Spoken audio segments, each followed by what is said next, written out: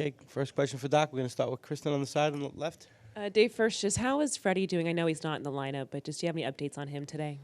In good spirits. He's obviously ailing, and he's doing everything he can to stay on the field.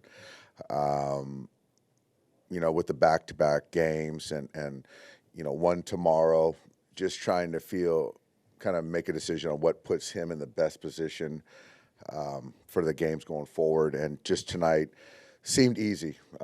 Obviously, he wants to be in there, but I think having him not make this start, run out there on and off the field, but be ready for a big spot tonight made a lot of sense. And then with Gavin Lux, I know he's been dealing with a little bit of that hip flexor here and there, but was today's decision mostly off just facing a lefty on the mound, or did it have anything to do? I think it was combo. He's had some starts versus left-handed pitching.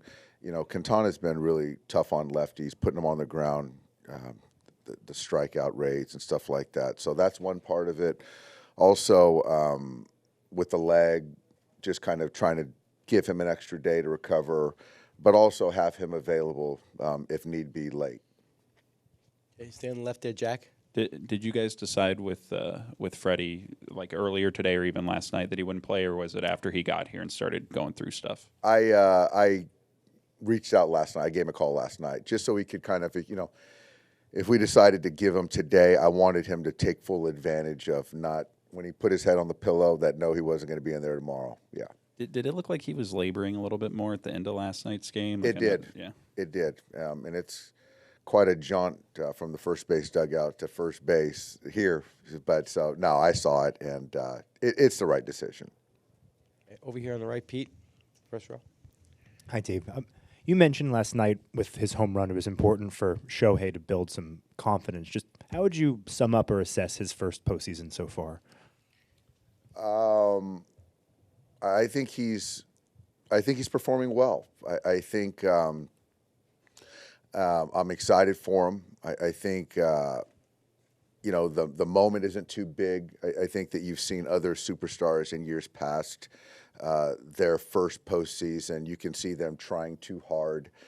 I don't see that with Shohei, but I will say that homer last night I thought was really good to see, I think, for him. And just how would you kind of describe, I know we've asked you a bit about the disparity between him hitting with men on base versus otherwise. Do you think there's anything you analyze with that? Or I don't. I do think that there's I don't think there's a hitter that will say that when runners are in scoring position that they're not more focused. So I think that is a part of it. Yeah, I still like him in any spot, but yeah, I think there's a little bit of a focus part of it, but we still need him to get on base too. Okay, going to go in the back to Andy. Dave, just with Freddie, how did he respond to that phone call? I imagine that's not something he's heard a lot in his career, that he's not going to be playing the next day. It wasn't, well, he asked me if he was being benched. That's one thing. So he doesn't offer up days off. We all know, I know how much he's going through to stay on the field. And so I think that he understood that it's for his best interest to kind of not start tonight's game. But he took it like a professional. Okay, we're going to go over here to Barry in the front. Doc, what's it been like? I was reading somewhere where it's taking 4.5 hours of preparation medically for him to prepare to even play. What's it been like to watch this and see what he's going through, the type of respect you have for a guy who won't let it go and wants to help the team? I don't think my respect could be any more for Freddie. To be quite frank, there is a lot that goes to it, but I don't really care to know all the details. I just want to know if he's in there or not, knowing that he's in good hands with our training staff. But, what it takes for him to get ready for a ball game these days is a huge undertaking, yeah. Okay. Far left, front. Dave, there seems to be just a clutch factor with this team from Shohei, 7 of 9 with runners on, from the pitching, 4 shutouts out of the last 5, to just being able to manufacture runs with the lineup changes. What would you attribute all of that to? Great question. I think some of it is experience. Certainly not, with Shohei, I think that's a lot of it is obviously talent, wanting to be in that moment, talking about runners in scoring position. Everything is certainly more magnified in the postseason, but a big spot coming into an inning, making a big pitch as Walker made last night. I think that lends itself to experience. I really do. To be able to slow certain moments down, not make mistakes on the bases, convert outs when you need to make a play. Because like I said, momentum, as Walker's talked about, once it's a real thing. So once you start getting momentum, with something that you should have kind of taken care of, then things happen. So whether you get a big hit or taking a 3-2 pitch for a ball to then get a big walk or to get a big hit or, big play defensive, all that stuff matters. And I guess a lot of it is experience.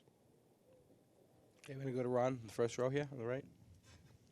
By all the measures we're hearing, the people are getting up early in Japan to watch these games, and there's a lot of attention on the Dodgers. Do you get any feedback from that in the bubble you're in of the daily managing? No. I am aware. I think one of our guys told me how many eyeballs are watching. That Game 5 our game versus Pods in Japan, which is kind of mind blowing. It's good for all of us. But I try not to put too much thought into stuff like that. And do you think this pushing the Dodger brand in Japan could potentially help if Sasaki becomes available and you guys try to recruit him? I hope so. Absolutely. Yeah. We're thinking alike now. Good for you. We're going to go in the back there to Peter. Just Pete, wait for the mic. It's coming this way.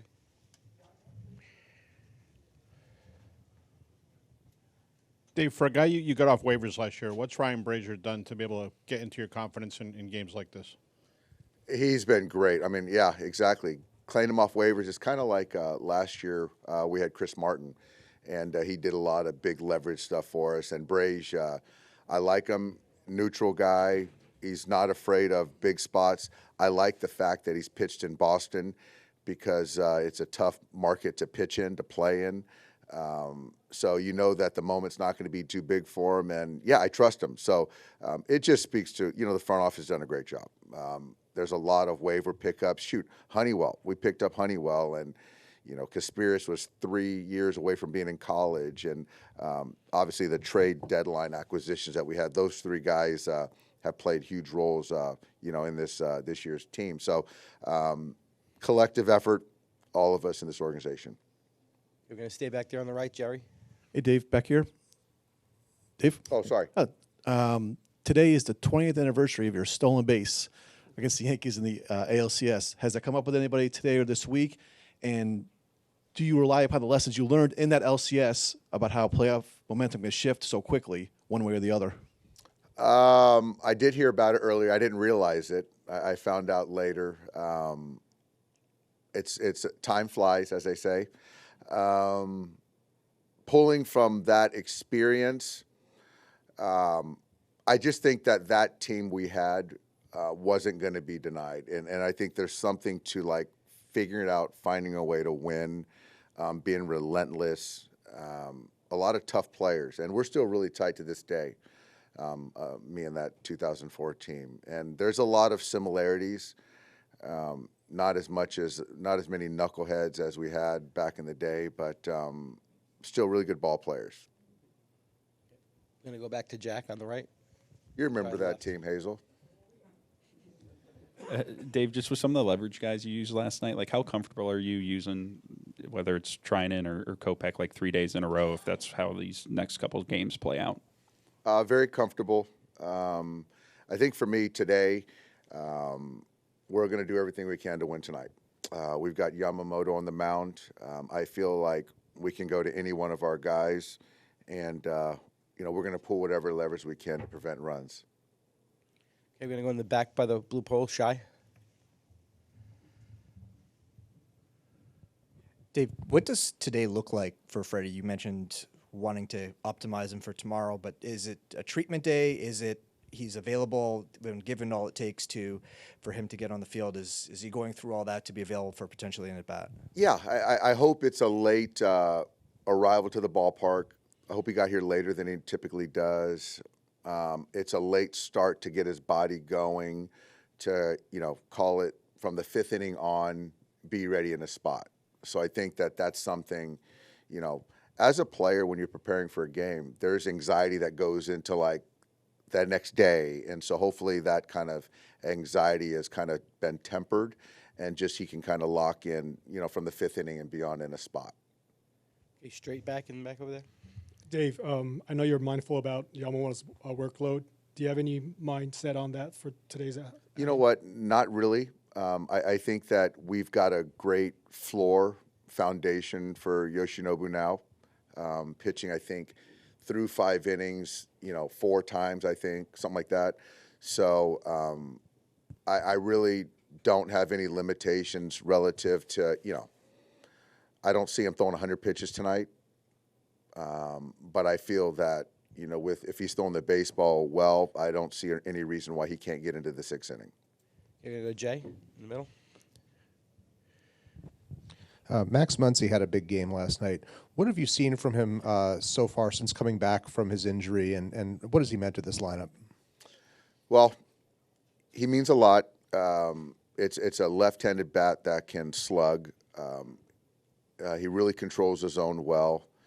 Obviously, with Freddie in his situation, to be able to kick him back over to first base adds the versatility part of the defense. Last night was a clinic in how you conduct at bats.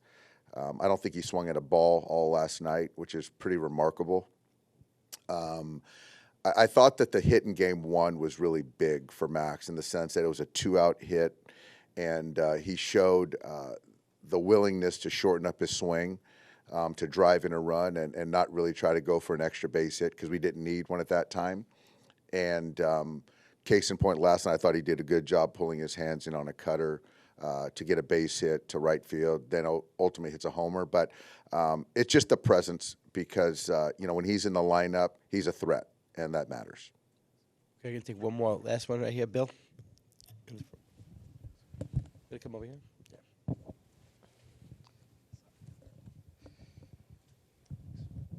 Is it Flaherty tomorrow? And if not, what are the factors that will decide that? I think it's kind of, that's our lean, but it's not in stone yet. I think tonight matters. I don't know, Bill, whether it's how the pen is being used in a win and a loss. There's things that we're kind of still talking through, so I just don't know that answer right now. And you had a very good pitching staff during the year, but not 4 shutouts in 5 games good. What is the factors that have allowed them to take it to another level in the postseason?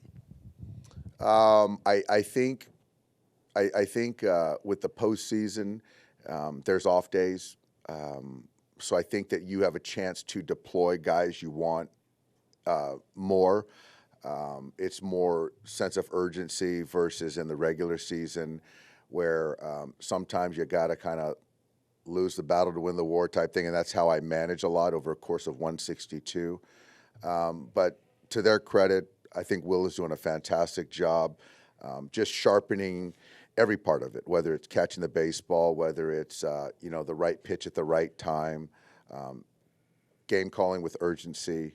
And to the pitcher's credit and Mark Pryor, they're just really locking in, and they're doing a fantastic job. So I think it's all a compilation of that. Thanks, Doc. All right, thanks, guys.